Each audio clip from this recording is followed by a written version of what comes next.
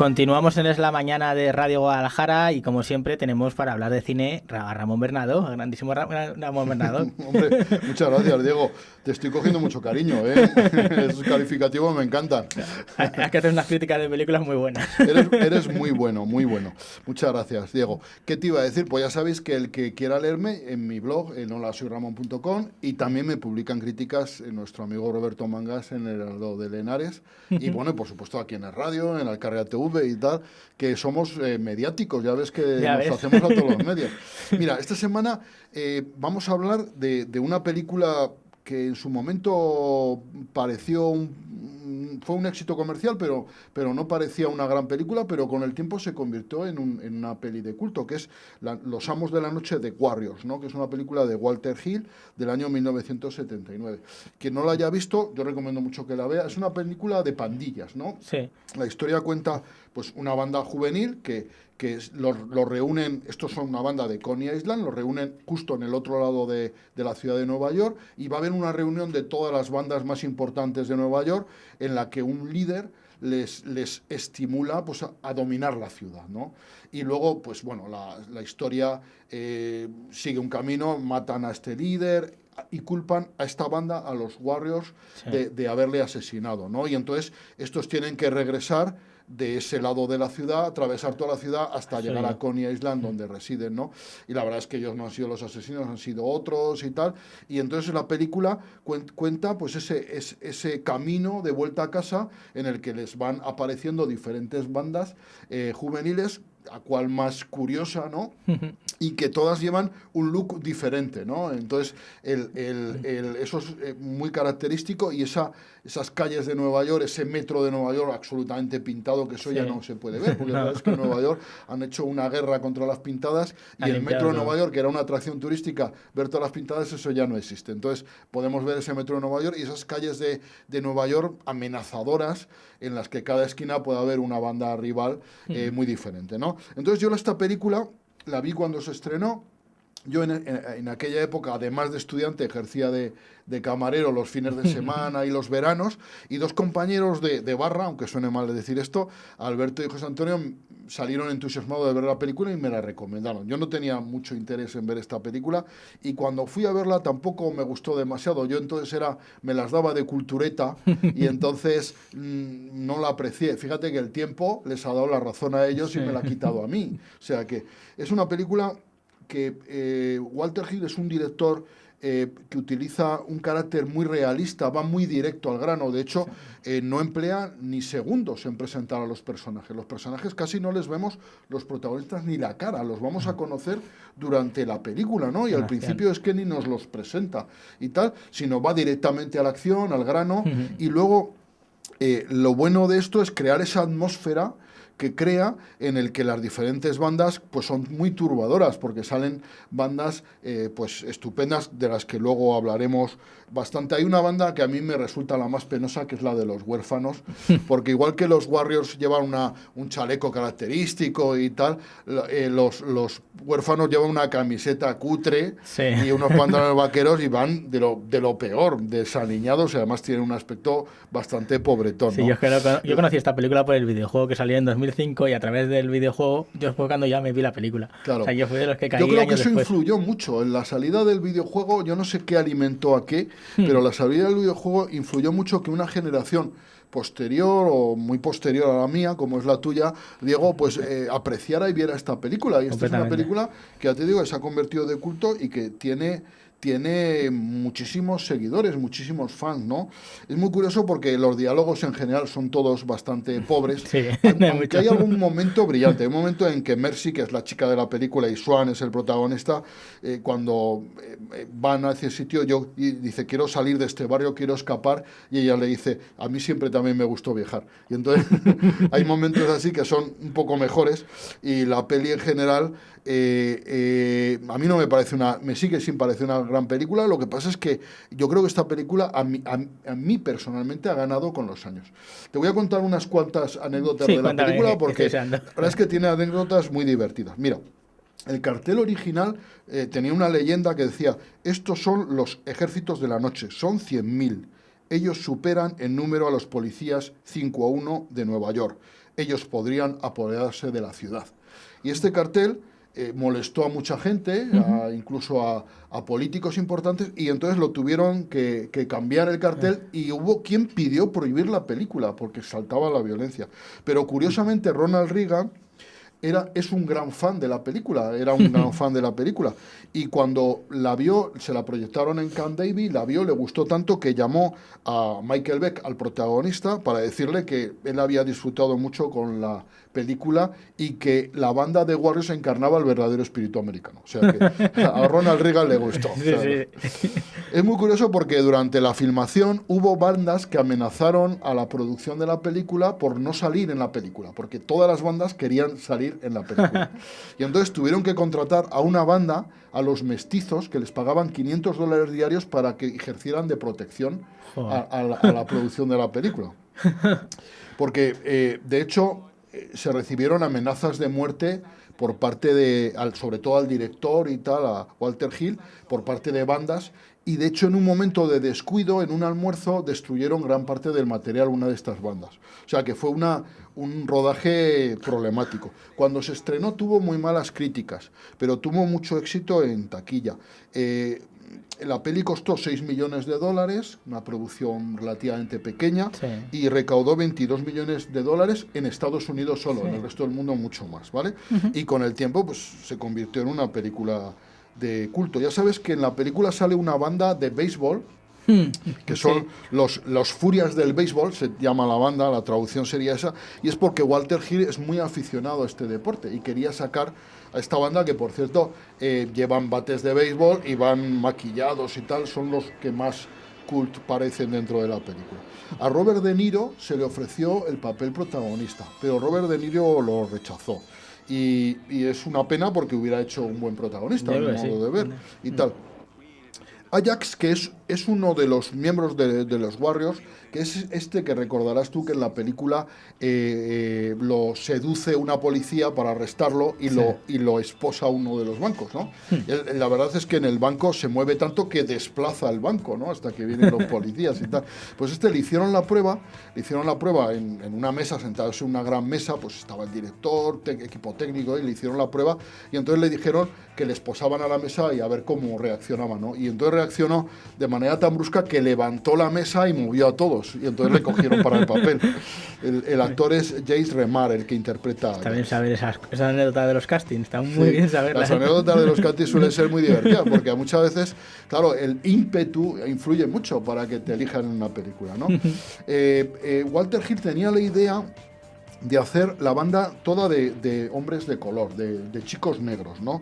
Y los productores no estaban de acuerdo, decían que era poco comercial, y al final se salieron con la suya. Es muy curioso porque la película pretendía ser una distopía futurista, y de hecho debía de comenzar en algún momento del futuro, ¿vale?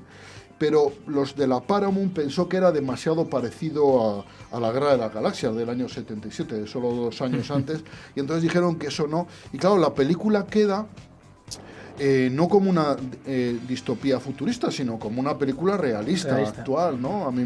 Que es lo que a mí me gusta de la película, además, ¿no? Mercy, que es la chica protagonista, pues sufrió una fractura de muñeca corriendo por las vías del tren en una de las escenas, y entonces, para disimular, porque tenía que llevar una escayola durante varias semanas, pues aparece en otra escena siguiente con una chaqueta que dice que ha robado para que no la reconozcan, y de esa manera, una chaqueta que le viene grande, lógicamente, y de esa manera tapar su escayola durante la película, ¿no? Muy curioso porque el director de fotografía, que era Andrew Laszlo, un hombre prestigioso, quería que las calles de Nueva York aparecieran mojadas, porque era mucho más cinematográfico. El piso mojado siempre da mucho más brillo al suelo y hace una mejor fotografía. Y por eso, si recuerdas, nada más empezar la persecución cae una tormenta, ¿no? Que eso justifica que todas las calles de Nueva York estén mojadas, ¿no? Muy curioso porque el personaje, a un actor que iba a interpretar a Cyrus es esta especie de evangelista que pretende congregar a todas las bandas, ¿no? Para un fin oscuro y tal. Entonces llamaron a un pandillero, que efectivamente era un pandillero de verdad, para interpretar este papel. Y el individuo este desapareció. Y al día siguiente ya no se le volvió a ver y ya no se le ha vuelto a conocer de él. O sea que desapareció físicamente. Sigue sin saberse de él. Muy curioso. Cosa más rara, ¿sí? Sí. La idea original de Walter Hill era que Orson Welles hiciera una especie de introducción, una voz en off con la voz de Orson Welles. Esto en la película no sale y a mí me parece un acierto, porque la voz en off a mí me parece siempre un recurso malo, un recurso poco inteligente, pero en una versión... en la versión del director que se puso varios años después en DVD, sí que sale la voz de Orson Welles y que colaboró en realizar la película, ¿no? Muy curioso porque ese mismo año se iba a estrenar una película que se titulaba Las pandillas del Bronx, que trataba un tema parecido, ¿no? Entonces, para conseguir que se estrenara primero Los Amos de la Noche de Warriors antes que Las pandillas del Bronx, la película se editó, después de haberla grabado, en 3 salas contiguas, donde se iba editando cada parte de la película, con 3 equipos de montaje diferentes para conseguir estrenarla antes. Y de hecho, Los Amos de la Noche se estrenó en febrero del 79 y Las pandillas del Bronx se estrenó en julio de ese mismo año. También se estrelló porque nadie recuerda Las pandillas del Bronx, en cambio todo el mundo recuerda The Warriors, ¿no? Hay una frase de Ajax, que es posiblemente el pandillero más chulo, ¿no? Que es una frase que ha pasado al top de 50 frases de tipo duro, ¿no? Está en el puesto número 12, que es concretamente: te voy a meter el bate por el culo y te convertiré en un polo. Es una frase estupenda, ¿verdad que sí? Y entonces esta la pronuncia el Polo, ya te digo que diga el Polo Ajax, y habla de esto, la llaman la frase del Polo, y entonces está dentro de estas 50 frases, ¿verdad? Es muy curioso porque Walter Hill utiliza un recurso narrativo en muchas de sus películas, que es que el líder del grupo desaparece al principio. Y eso crea el conflicto de que quién va a liderar el grupo. Y efectivamente en esta película, si recuerdas, el líder del grupo está al lado de Cyrus cuando es asesinado, y entonces piensan que ha sido él el asesino y no se sabe muy bien, pero seguramente le matan. De hecho, en el guión viene que le matan. Y entonces la banda huye y ya no tiene el líder, ¿no? Y entonces hay una disputa, y eso es un recurso narrativo que utiliza Walter Hill en varias de sus películas. La película fue rodada enteramente de noche, excepto la escena final en la que amanece cuando llegan a Coney Island, en la isla del conejo, ¿verdad? y que había una parte inicial de la película en la que ellos de día se despiden de las novias en Coney Island para viajar en metro hasta la reunión, ¿no? En el parque, en el Bronx, ¿no? Al otro lado de la ciudad. Y eso decidió Walter Hill suprimirlo para que toda la película fuera de noche, excepto las escenas finales, que ya salen los créditos finales, en la que amanece, ¿no? Y entonces fue una apuesta personal suya. Sí, es como una metáfora, ¿no? También al final, de la noche y al final amanece, ¿no? Sí, claro. Además se resuelve el asunto positivamente, ¿no? Sí. West Side Story fue una inspiración para Walter Hill, porque West Side Story ya sabes que es una película de Robert Rees y de Jerome Robbins del año 61, de bastantes años antes, pero es un musical clásico, pero es una película también de pandillas. Sí. Y entonces, en cierto modo, es pues un predecesor de esta película de Walter Hill, ¿no? Y de hecho hay peleas de las pandillas, ¿no? Ahí es todo muy simple porque son, diríamos, americanos de pelo rubio y tal, sí, y chicanos, ¿no? Son esas dos pandillas. La película estuvo, todo el rodaje estuvo rodeada de mucho público asistió al rodaje, incluso en noches de mucho frío, porque la película, aunque parece que sea verano, se rodó en invierno.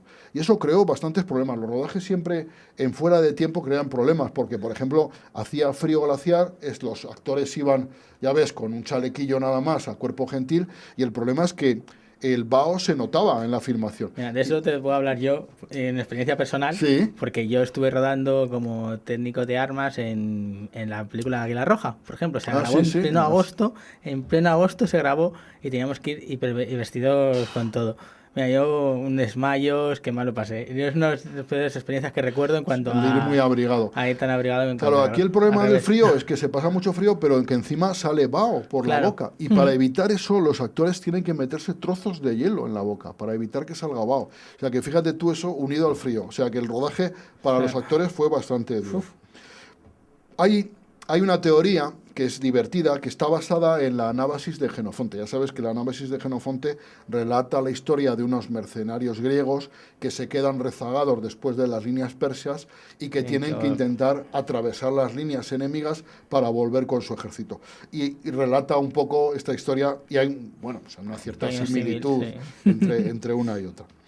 Paul Greco es el actor que interpretaba al jefe de los huérfanos, de la banda de los huérfanos, que es una banda de lo más cutre que hay. Sí, sí. Además son cobardicas y van sucicos, o sea que los pobres son bastante desgraciadicos. Y el actor que interpretaba es Paul Greco. En la película no se nombra su nombre, por eso siempre se han referido a él como el huérfano, ¿no? Cuando el nombre en el videojuego que se le da es Sully. Sí. En el videojuego tiene nombre sí. y se le da el nombre de Sully. O sea, que se descubrió en el 2005 que en realidad el huérfano se llamaba Sully. Muy curioso eso.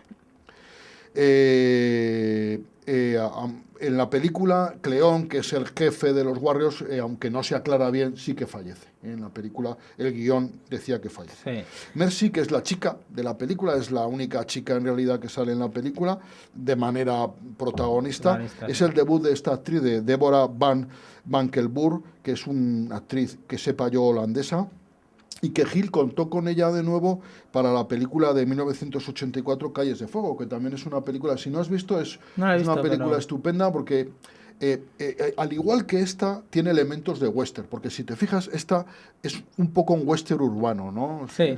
Es la persecución y tal, tiene ese aire de western y tal, un poco crepuscular para la época, y Calles de Fuego también tiene ese aire, es una buena película de Walter Hill.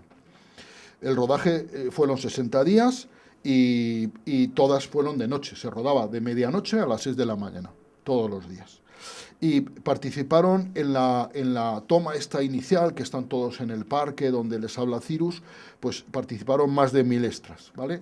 Y que la mayoría eran procedentes del parque este de Riverside Drive Park, que he puesto aquí en el blog una foto, que es una foto un poco idílica, de postal, ¿no? De esto.